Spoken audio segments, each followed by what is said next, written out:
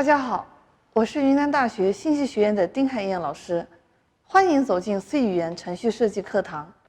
今天我们讲解的是简单算法举例、计算思维与结构化程序设计。简单算法举例如下：例 2.5 求1元二次方程 ax 方加 bx 加 c 等于0的根。由求根公式可知，1元二次方程的根是由系数 a、b、c 的值决定的。利用判别式 b 方减 4ac 可以判断方程的根的情况。1元二次方程 ax 方加 bx 加 c 等于0的根与判别式 b 方减 4ac 有如下关系：当 δ 大于等于0的时候，方程有两个实数根 x1 等于 2a 分之负 b 加根号 δ，x2 等于 2a 分之负 b 减根号 δ。当 δ 小于0的时候，方程无实数根。根据分析，分别用自然语言和流程图描述的算法如图所示。例 2.6 找出一组任意的正整数中值最大的数，以-1为结束标志。现有一组任意的正整数，希望从中找到值最大的数。如果将随机数中的每一个数字看成是一颗豆子的大小，可以将问题转换成捡豆子，即依次从一个口袋中取出一颗豆子，与杯子中的豆子进行比较。杯子中总是保留每次比较后较大的那颗豆子，直到取出并比较完最后一颗豆子，杯子中的豆子就是最大的一颗豆子。针对原问题，我们可以用 data 表示每一个数字，类似于一颗豆子。每次比较后，将大的数都保留在 marks， 类似于杯子中，依次对每一个 data 与 marks 进行比较判断。由于在算法设计时事先不知道任意数究竟有多少，我们可在任意数的最后增设一个不参加比较的数，假设最后一个数是-1。由于问题中的任意数均为正整数，-1远离可能出现的正确数据，起到了终止运行的作用，因此也称为终止标志。当然，也可以选择其他的数作为终止标志，如-2、-999等。当 data 的值为-1时，说明已判断完所有的数，这时可停止比较。marks 中的数即为最大数。根据分析，分别用自然语言和流程图表示的算法如图所示。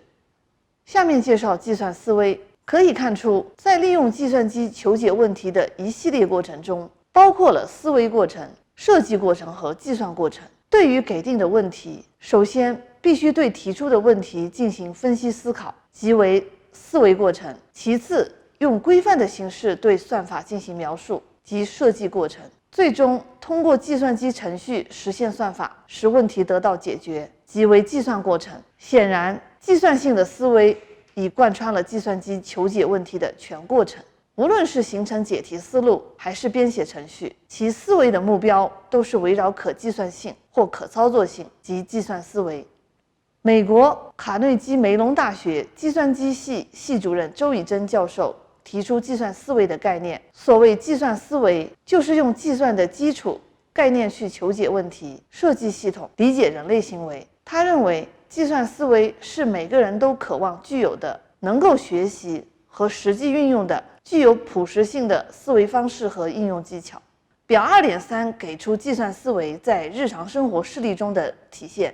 例如1，出门前把所需要的东西放进背包，体现了计算思维的缓存算法。2，弄丢手套时沿走过的路寻找，体现了计算思维的回溯算法。3，停电时电话仍然可用，体现了算法的健壮性，表现为失败无关性和设计冗余性。4，在什么时候需要进货，体现了在线算法。5，到银行排队办理业务，体现了多服务器系统的模型算法。6，尽可能多的购买商品带回家，体现了贪心算法。7，天气预报，体现了数据挖掘算法。8，拍电报，体现了编码算法。9，下棋，体现了人工智能算法。例 2.7 计算思维过程。我国古代数学家张丘建在《算经》中提出了著名的百钱百积问题：积翁1值钱5，积母1值钱3，积除3值钱1。百钱买百积，翁母除各几何？题目的意思是，一只公鸡卖5枚钱，一只母鸡卖3枚钱，3只小鸡卖1枚钱，用100枚钱买100只鸡，能买到公鸡、母鸡、小鸡各多少只？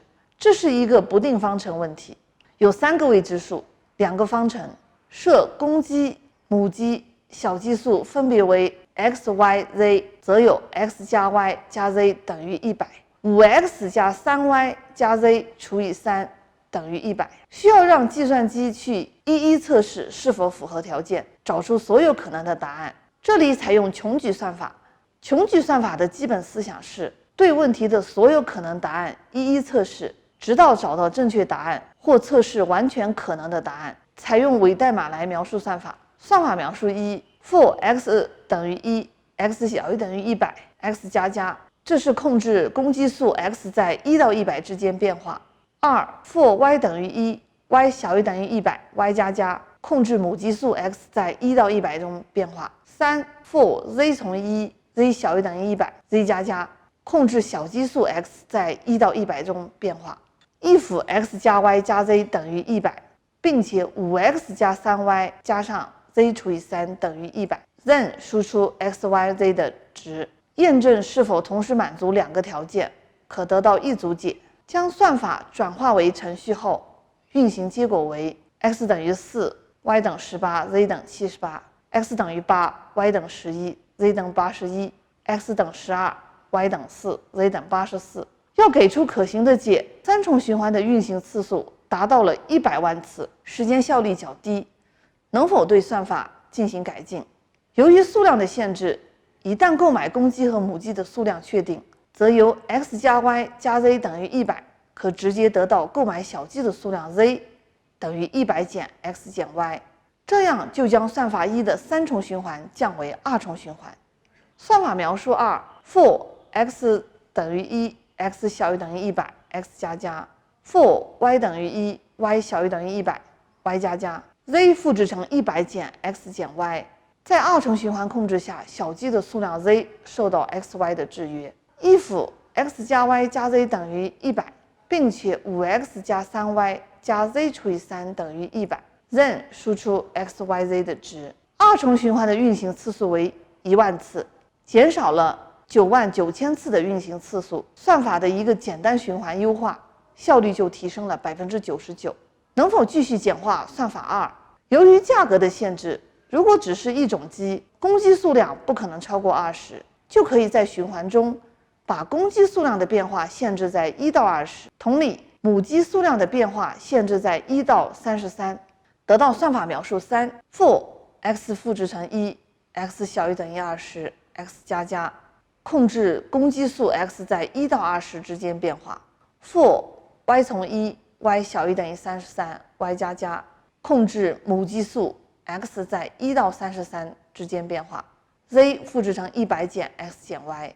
如果这2个条件成立，那么则输出 x、y、z 的值。算法3的循环次数又减少了1万减20乘以33等于9340次，比算法2的效率又提升了 93%。上述一系列的简化和优化处理，体现了计算思维的思维过程。通过设置循环控制条件来减少穷举和组合的次数，从而提高算法的时间效率。能否对算法再做改进，进一步减少循环次数？请同学们自己思考。计算思维有哪些特征呢？计算思维是信息思维，它不同于传统的数学思维，不关注逻辑关系、推理演算的严谨程度，而是强调问题解决的操作过程和应用实践。计算思维的本质是抽象和自动化。计算思维的抽象指的是用抽象的方法表达实际的问题，计算思维的自动化则体现在程序的机械式执行。C 语言是一种结构化程序设计语言。那么什么是结构化程序设计方法呢？结构化程序设计是1965年由荷兰计算机科学家迪克斯特拉提出的。